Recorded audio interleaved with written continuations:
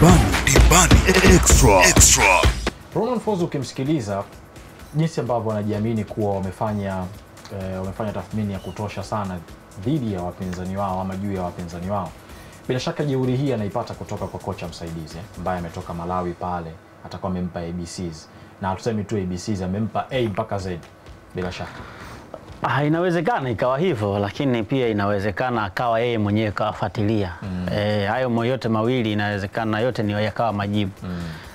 Lakini kuwa na mwalimu kutokea ambaye amefundisha Malawi ni faida ya kwanza, kwa sababu kwenye kila nchi kwenye mpira yani kuna sifa za wachezaji ambazo ni common zipo. Yani there is no way unaweza ukaziondoa.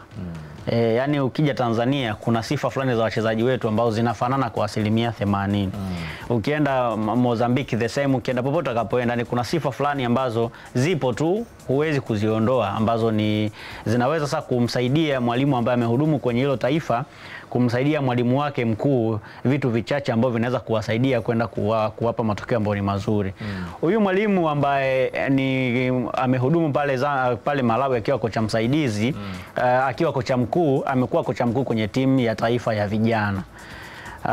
Manake msingi wa vijana wa taifa la Malawi anaujua vizuri, na ukitazama Malawi wana kama miaka 10 hivi wakiwa wanazalisha sana vijana wengi ambao wamekuwa wanafanya vizuri ndani ya Malawi, lakini pia wengine wanaenda mbali nje kabisa huko. Unakumbuka Simba amewahi kumchukua kina Peter Banda hapo, wakitokea pale kwa vijana wadogo, na wengine wanazalisha kila mwaka.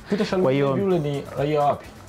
Namibia yule. Kwa hiyo wana wachezaji ambao tayari msingi wao yeye mwalimu msaidizi wa Young Africans anaujua.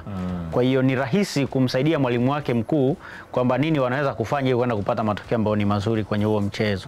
Ingawa kwangu sioni kama ni mechi ambayo ni ngumu sana kwa Young Africans.